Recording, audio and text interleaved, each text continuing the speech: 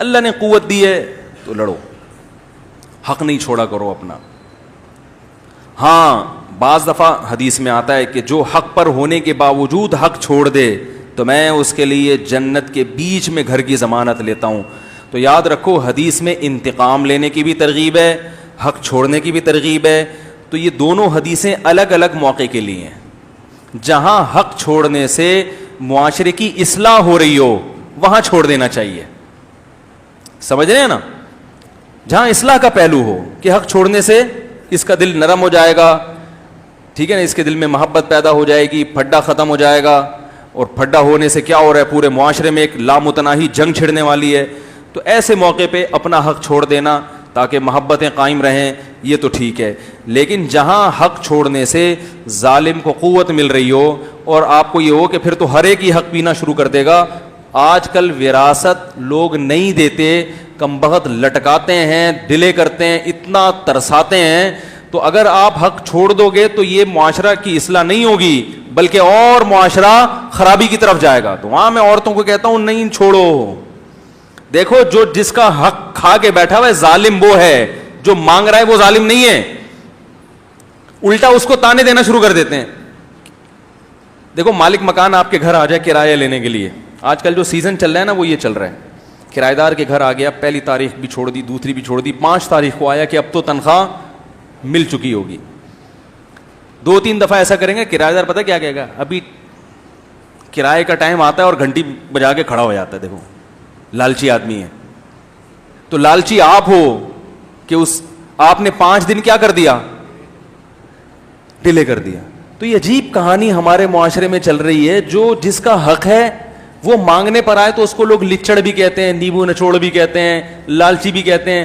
جو نہیں دے رہا, جس کا فرض بنتا تھا کہ بھئی خود جا کے دے دیتا, اس کو لوگ کچھ نہیں کہہ رہے ہوتے. الٹی کہانی چل رہی ہے. تو اللہ تعالیٰ نے جو ہمیں حکم دیا الحب فی اللہ اور ساتھ ساتھ البغض فی اللہ, اللہ کے لیے نفرت بھی ہے. نفرت کب ہے؟ میں اکثر مثالیں وہ دیتا ہوں جو مارکیٹ میں چل رہی ہیں, جو چل رہی ہیں وہی مثال دوں گا نا. آج کل ایک بہت بڑی خرابی ہمارے معاشرے میں, طلاقیں دینے کے بعد عورت کو رکھا جاتا ہے اور سارے معاشرہ گھنا بن کے بیٹھ جاتا ہے. آپ کے خاندان میں طلاق ہوئی ہے, اس کے باوجود میاں بیوی رہ رہے ہیں, تو آپ پر لازم ہے کہ آپ ان کا معاشرتی بائیکاٹ کریں. نہیں آ رہی بات سمجھ میں؟ کیونکہ اس طرح سے پھر لوگ ان حکام کو ہلکا لینے لگیں گے. 3 طلاقوں کے بعد کوئی کہیں سے فتویٰ لا کے بیوی کو حلال کر لے,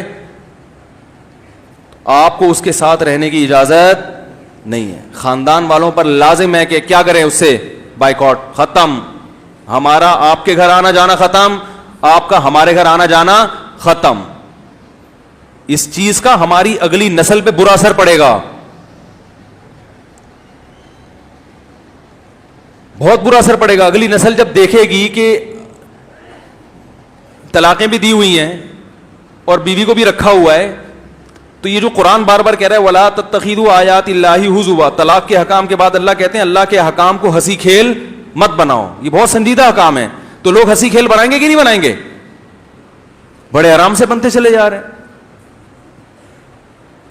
ایسا پتہ چلتا ہے کہ فلاں آدمی, میں زیادہ برائی کی باتیں نہیں کرتا ممبر پہ بیٹھ کے, وہ برائی سے اور پروموٹ ہوتی ہے. گھروں میں بعض دفعہ اللہ معاف فرمائے زنا کے کیسز ہو جاتے ہیں, گھر کے اندر سب ٹھنڈے پیٹوں پی جاتے ہیں, اس کو کان سے پکڑ کے باہر نکالو, بولے اس گھر میں رہنے کی آپ کو اجازت, بولو نا بھائی نہیں ہے, خاندانی لوگ ہیں, بائیکاٹ ختم, دفع ہو یہاں سے, اجازت نہیں ہے.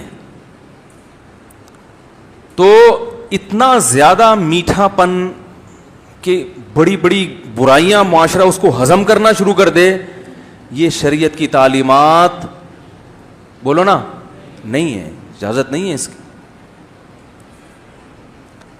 نوجوانوں میں ایسا ہوتا ہے ایک بندہ قتل, لڑکوں کو پتا ہوتا ہے ڈاکو ہے قاتل ہے, پھر بھی اس سے دوستی ہے.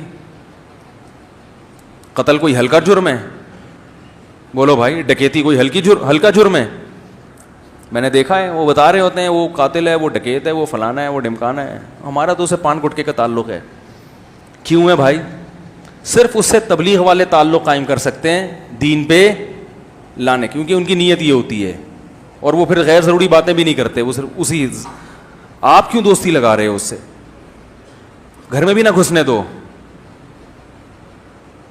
یہی قتل اللہ نہ کرے آپ کے گھر میں ہو جائے تو پھر قاتل کے خلاف کیسی نفرت پیدا ہوتی ہے. کتنے گھروں کو انہوں نے اجاڑا ہوتا ہے، کتنے گھروں کو خراب کیا ہوتا ہے. بعض لوگ غیرت لیس ہو جاتے ہیں. غیرت لیس تو سمجھتے ہیں نا، وہ ایسا ان کا، میں ایک ڈاکٹر کے پاس گیا، وہ محترم کیا کر رہے ہیں، کوئی پیشنٹ تھی خاتون جوان، ان کے جسم کو دبا رہے ہیں بیٹھ کے.